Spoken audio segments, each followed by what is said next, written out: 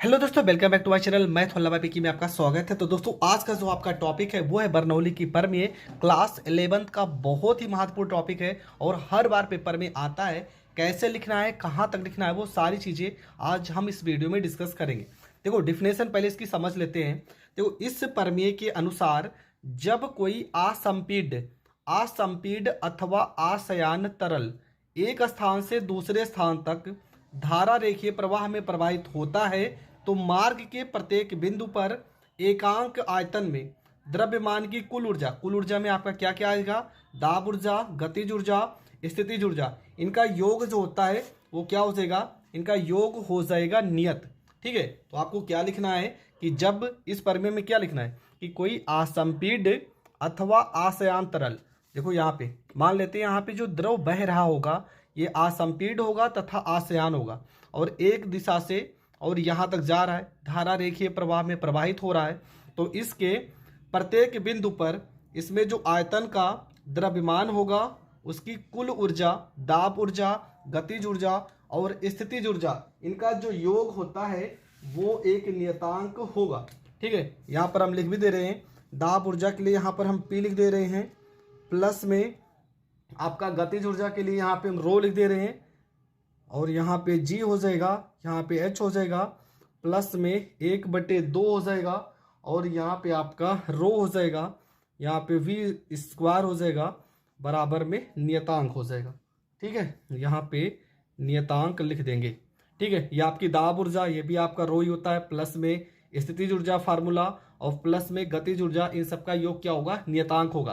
तो डिफिनेशन तो आप समझ गए, डिफिनेशन में क्या लिखना है? सीधा सा यही लिखना है कि कोई भी असंपीड हो और आसयान तरल हो, अगर एक स्थान से दूसरे स्थान तक धारा रेखीय प्रवाह में प्रवाहित होता है तो प्रत्येक बिंदु पर उसके द्रव्यमान की जो कुल ऊर्जा होगी, चाहे आपकी दाब ऊर्जा, देखो ये पी रो आपका क्या हो गया? दाब ऊर्जा, ये आपका स्थितिज ऊर्जा, ये आपका गतिज ऊर्जा, इन सबका योग जो होता है वो एक नियतांक होता है। इसके बाद देखो, जो बर्नौली की प्रमेय यह ऊर्जा संरक्षण के सिद्धांत पर आधारित है। इस समीकरण में चाहे आप दाब को ले लो, चाहे स्थितिज ऊर्जा को ले लो, चाहे गतिज ऊर्जा को ले लो, इन तीनों का अगर हम बीमा निकालेंगे तो इसका इन तीनों का बीमा दाब की बीमा के बराबर होगा। तो यहां पर हमने लिखा भी है कि यह ऊर्जा संरक्षण के सिद्धांत पर आधारित है। इस समीकरण में प्रत्येक पद की बीमा दाब की बीमा ml की पावर -1 t की पावर -2 के समान होती है। यहां तक आपको लिख देना।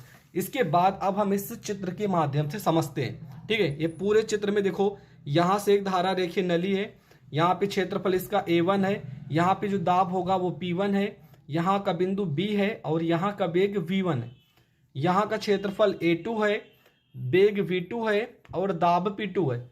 यहाँ से यहाँ तक की ऊंचाई H1 है और इस बिंदु C से यहाँ तक की ऊंचाई H2 है और इस पूरे जल का जो घनत्व है उसको हम मान लेते हैं रो। तो जो हमने बताया यहाँ पर देखो लिखा भी है, क्या लिखा है कि माना कोई असंपीड तथा आसयान द्रव जिसका घनत्व क्या है? रो है, धारा रेखीय प्रवाह BC में प्रवाहित हो रहा है। नलिका B व C के सिरे का क्षेत्रफल A1 व A2, वेग B1 व B2, ऊंचाई H1 व H2 और दाब क्रमशः P1 व P2 है। यदि नलिका में 1 सेकंड में प्रवाहित द्रव का द्रव्यमान m तथा आयतन रो हो तो, और इसका घनत्व भी हम बता दे रहे हैं, यहाँ पे जो द्रव बह रहा है इसका घनत्व क्या है? रो है। देखो क्या लिखे हो, ये पूरा आपको याद करने का जरूरत नहीं, आप चित्र के माध्यम से लिख सकते हो कि माना कोई असंपीड तथा आसयान द्रव धारा रेखीय प्रवाह में प्रवाहित होता है, जिसका एक सिरा आपका क्या है? B है और एक सिरा आपका क्या है? एक सिरा C है।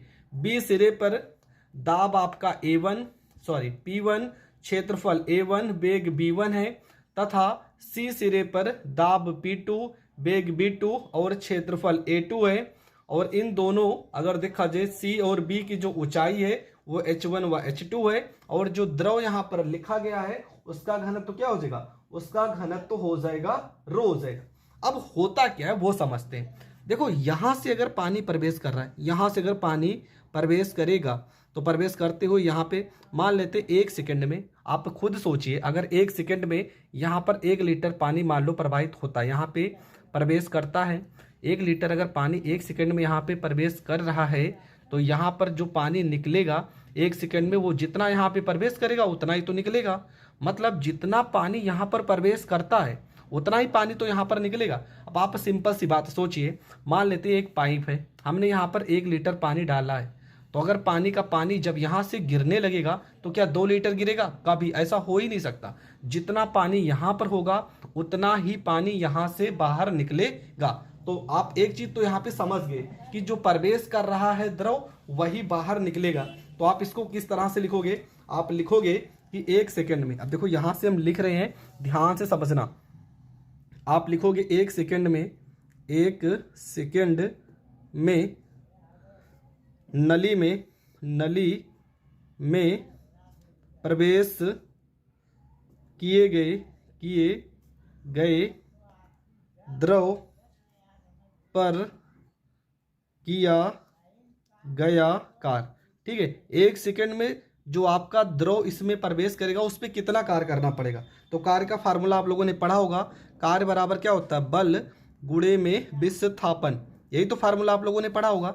तो कार्य के लिए यहाँ पर हम क्या लिख दे रहे हैं? यहाँ पर चलो मान लेते हैं W1 मान लेते हैं, क्योंकि यहाँ पे शुरुआत में 1 मान है तो 1 मान लेते हैं। बल आपका शुरुआत में क्या था? F1। विस्थापन के लिए हम यहाँ पर वेग V1 मान लेंगे। आपको पता है बल का फार्मूला होता है बल बराबर दाब का फार्मूला होता है, दाब बराबर होता है आपका बल बटे में यहाँ पर क्षेत्रफल होता है। अगर यहाँ पर हम बल को रोक लेते हैं, बल को रोक लेंगे तो क्षेत्रफल इधर गुणा हो जाएगा, आपका हो जाएगा दाब गुणे में क्षेत्रफल।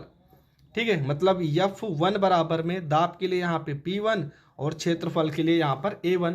तो यहाँ पर आपका हो जाएगा W1 बराबर में F1 की जगह पे क्या लिखेंगे? यहाँ पे P1, यहाँ पे A1 और यहाँ पे V1। ठीक है, ये सारी चीज़ें यहाँ पर लिखेंगे। अब जब 1 सेकंड में नली में प्रवेश कर रहा है ना, अब 1 सेकंड में फिर से यही लाइन लिखेंगे 1 सेकंड में नली से बाहर निकले द्रव पर किया गया कार्य। ठीक है, किया गया कार्य बराबर फार्मूला वही जो हमने ऊपर लिखा है, बल गुणे में विस्थापन।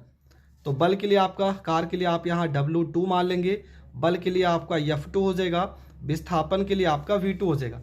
यहाँ पर भी हम क्या लिखेंगे? F2 बराबर हम लिखेंगे A2 और यहाँ पे P2। तो आपका हो जाएगा W2 बराबर में F2 की जगह मान उठा के रखेंगे तो हो जाएगा A2 P2 और यहाँ पे V2 हो जाएगा। अब 1 सेकंड में द्रव पे किया गया कुल कार्य निकाल लेते हैं। 1 सेकंड में द्रव पर किया गया कुल कार्य अगर निकालेंगे तो क्या हो जाएगा? ठीक है, कुल कार्य यहाँ पे W बराबर हो जाएगा, हम इसमें से घटा देंगे। ठीक है, किस में से घटाएंगे? W1 में से W2 को घटा देंगे, W1 माइनस में W2, मतलब W बराबर W1 का मान P1 A1 और यहाँ पे V1, इसका मान P2 A2 और यहाँ पे V2। ठीक है, यहाँ तक हो जाएगा और इसको मान लेते हैं समीकरण फर्स्ट। ठीक है, यहाँ तक तो आपका हो गया क्लियर। अब इससे पहले हमने क्या पढ़ा था? आवृत्तता का सिद्धांत। तो आगे क्या लिखेंगे? आगे यहाँ पर हम लिखेंगे आवृत्तता के सिद्धांत से। आवृत्तता के सिद्धांत से आवृत्तता के सिद्धांत क्या होता है? आपका होता है A1 B1 बराबर होता है A2 B2 के। यही तो होता है ना, A1 B1 क्या हो जाएगा? A2 B2 के बराबर हो जाएगा। और ये किसके बराबर हो जाएगा? ये आपके हो जाएगा घनत्व के। ठीक है, ये फार्मूला किसका हो गया? आप लोगों ने घनत्व का फार्मूला पढ़ा हुआ। घनत्व बराबर क्या होता है? द्रव्यमान बटे में आयतन होता है। ठीक है, अगर हम क्या आयतन को यहाँ पर रोक लें, आयतन को इस साइड भेज देते हैं तो आयतन बराबर क्या हो जाएगा? आपका हो जाएगा द्रव्यमान और बटे में क्या हो जाएगा? बटे में आपका हो जाएगा घनत्व। तो यहाँ पर A1 B1 और A2 B2 इस पूरे के बराबर क्या हो जाएगा? m/ρ। तो हमने क्या लिखा था समीकरण फर्स्ट में? हमने लिखा था P1 A1 B1 माइनस में P2 A2 V2। अब इसकी जगह पे ये W बराबर हमने लिखा था ये चीज़ें। अब अगर आप देख रहे हैं कि A1 B1 A2 B2, ये A1 B1 A2 B2 ये अगर बराबर है तो इसको हम ऐसे भी तो लिख सकते हैं। यहाँ P1 और P2 P1 माइनस में P2 हम अलग कर लेते हैं और यहाँ सीधा सीधा हम लिख सकते हैं A1 B1, या तो आप A2 या B2 लिख सकते हो, दोनों एक दूसरे के जब बराबर हैं तो इस तरह से हम लिख सकते हैं। यहाँ पे हो जाएगा W बराबर में, अब आप सोच रहे होंगे कि यहाँ पे आपका क्या लिखा है A1 B1, देखो A1 B1 या A2 B2 ये किसके बराबर है, m अपान में रो के, तो यहाँ पे P1 माइनस में P2 और इसके साथ A1 B1 की जगह पे हो जाएगा m अपान में रो हो जाएगा। इसको मान लेते हैं समीकरण सेकंड लिखेंगे। अब लिखेंगे एक सेकंड में द्रव की स्थितिज ऊर्जा, द्रव ऐसे लिखते, एक सेकंड में प्रवेश किए गए द्रव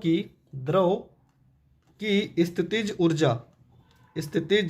ऊर्जा क्या हो जाएगा, स्थितिज ऊर्जा को यहाँ पर हम मान लेते हैं आपका हो जाएगा स्थितिज ऊर्जा mg और यहाँ पे h1 मान लेंगे। ठीक है, अब लिखेंगे एक सेकंड में प्रवेश यहाँ पर लिखे तो यहाँ पर लिखेंगे बाहर निकाले गए द्रव की स्थितिज ऊर्जा, तो ये हो जाएगा आपका mgh2 हो जाएगा। ठीक है, अब लिखेंगे स्थितिज ऊर्जा में वृद्धि, स्थितिज यहाँ पर लिख भी देंगे एक सेकंड में स्थितिज ऊर्जा में वृद्धि, तो क्या हो जाएगा mgh2 माइनस में हो जाएगा mgh1 हो जाएगा। अब इसके बाद क्या करेंगे, अब लिखेंगे एक सेकंड में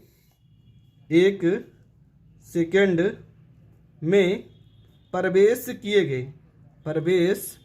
किए गए द्रव की गतिज ऊर्जा, तो आपका हो जाएगा 1/2, यहाँ पे m हो जाएगा, यहाँ पे v1 का स्क्वायर हो जाएगा। अब लिखेंगे एक सेकंड में बाहर निकले द्रव की गतिज ऊर्जा, तो हो जाएगा 1/2 mv2 का स्क्वायर हो जाएगा। फिर यहाँ पर लिखेंगे एक सेकंड में गतिज ऊर्जा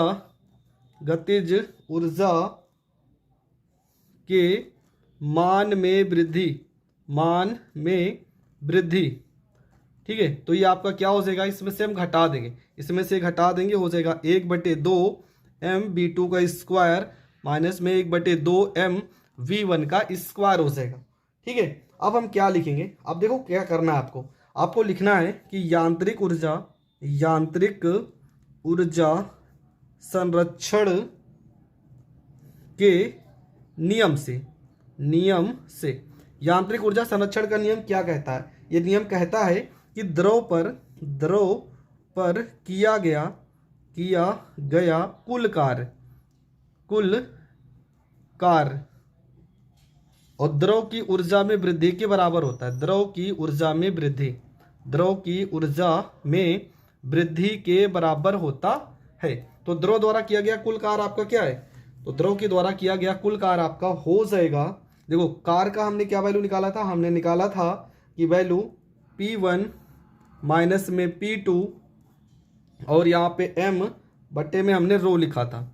और देखो द्रव की ऊर्जा में कुल वृद्धि दो है, एक आपका mgh2, यहाँ पर लिखेंगे mgh2 माइनस में mgh1 प्लस में एक आपका ये है 1/2 mv2 का स्क्वायर माइनस 1/2 mv1 का स्क्वायर। ठीक है, यहाँ तक तो आपको समझ में आ गया हो। अब इसके आगे आपको क्या करना है, देखो इसके आगे आपको लिखना है, यहाँ पर हो जाएगा m हो जाएगा P1 हो जाएगा माइनस में P2 हो जाएगा, m यहाँ रो हो जाएगा। यहाँ पे देखो यम हर जगह पे कॉमन है, देखो यम यहाँ भी है हर जगह पे, तो यम को करेंगे बाहर और यहाँ पर आपका हो जाएगा g हो जाएगा, h2 हो जाएगा माइनस में यहाँ पे g हो जाएगा, h1 हो जाएगा। चलो यहाँ पर भी 1/2 और यम कर लेते हैं कॉमन, तो यहाँ v2 का स्क्वायर हो जाएगा माइनस में v1 का स्क्वायर हो जाएगा। इसके बाद आपका क्या हो जाएगा, यहाँ पे P1 माइनस में यहाँ पे P2 हो जाएगा, यहाँ पे यम बटे में रो हो जाएगा, m को हम करेंगे पूरी तरह से कॉमन, तो यहाँ पे आपका हो जाएगा gh2 माइनस में gh1 प्लस में यहाँ भी एक m बाहर चला गया तो 1/2 बचेगा, यहाँ पे V2 का स्क्वायर, यहाँ पे -1/2 V1 का स्क्वायर हो जाएगा। ये यम से तो यम ये कट जाएगा। इसके बाद आपका क्या हो जाएगा, यहाँ पर हो जाएगा P1 माइनस में P2 1 अपान में यहाँ रो हो जाएगा, यहाँ पे GH2 हो जाएगा माइनस में GH1 प्लस में 1/2 V2 का स्क्वायर -1/2 V1 का स्क्वायर हो जाएगा। यहाँ पर हो जाएगा P1 माइनस में यहाँ पे P2 हो जाएगा। रो को इधर गुणा करेंगे हो जाएगा रो GH2, रो को इधर गुणा करेंगे रो हो जाएगा GH1, रो को इधर गुणा करेंगे तो 1/2 यहाँ पे रो V2 का स्क्वायर, रो को इसमें गुणा करेंगे तो 1/2 यहाँ पे रो V1 का स्क्वायर हो जाएगा। इसके बाद आपको क्या करना है, यहाँ पे P1 हो जाएगा जिसमें 1 1 वाली वैल्यू इधर भेजेंगे। देखो ये रो GH1 माइनस में इसको इधर भेजेंगे तो रो GH1 प्लस हो जाएगा। देखो ये माइनस में 1/2 इधर भेजेंगे तो प्लस में 1/2 रो V1 का स्क्वायर हो जाएगा। P2 को इस साइड भेजेंगे प्लस में यहाँ पे P2 हो जाएगा, प्लस में यहाँ पे रो हो जाएगा GH2 हो जाएगा और प्लस में यहाँ पर 1/2 हो जाएगा रो हो जाएगा V2 का स्क्वायर हो जाएगा। यहाँ तक आपको लिखने के बाद देखो दोनों की दोनों वैल्यू सेम सेम है ना, तो इसको हम क्या लिख सकते हैं, इसको हम डायरेक्ट लिख सकते हैं जैसे आवर्तता का सिद्धांत था सेम उसी रूल से। यहाँ पे P1 यहाँ पे रो GH प्लस में यहाँ रो 1/2 यहाँ पे रो V का स्क्वायर, यहाँ पे 1 1 लिखने का कोई मतलब नहीं है। बराबर में आप क्या लिखोगे, बराबर में आप नियतांक लिखोगे और ये आपका हो जाएगा प्रूव्ड। देखो प्रश्न तो बहुत बड़ा है लेकिन मैंने बहुत अच्छे से एक्सप्लेन कर दिया। आई होप आपको बहुत अच्छे से समझ में आ गया होगा। ठीक है, देखो आपको 4 चीज़ें याद कर दी बर्नौली की प्रमेय। इसके बाद आपका पूरा का पूरा बर्नौली की प्रमेय खत्म हो जाएगा। पहला स्टेप आपको इसका डिफिनेशन, ठीक है, आपको इसकी परिभाषा पता होना चाहिए। पहला स्टेप आपको इसकी परिभाषा पता होना चाहिए। दूसरा स्टेप आपको क्या पता होना चाहिए, दूसरा स्टेप आपको पता होना चाहिए इसके बारे में कि कहाँ पे 1 सेकेंड में प्रवेश किए गए द्रव पर कार्य और 1 सेकेंड में बाहर निकले द्रव पे किया गया कार्य। ठीक है, ये आप निकालोगे दूसरा स्टेप। तीसरा स्टेप आप क्या निकालोगे, तीसरा स्टेप आप निकालोगे स्थितिज ऊर्जा और चौथा स्टेप आप क्या निकालोगे, चौथा स्टेप आप निकालोगे गतिज ऊर्जा। ठीक है, गतिज ऊर्जा। इसके बाद ये आपका डेरिवेशन पूरी तरह से कंप्लीट हो जाएगा। आई होप आपको बहुत अच्छे से समझ में आ गया होगा।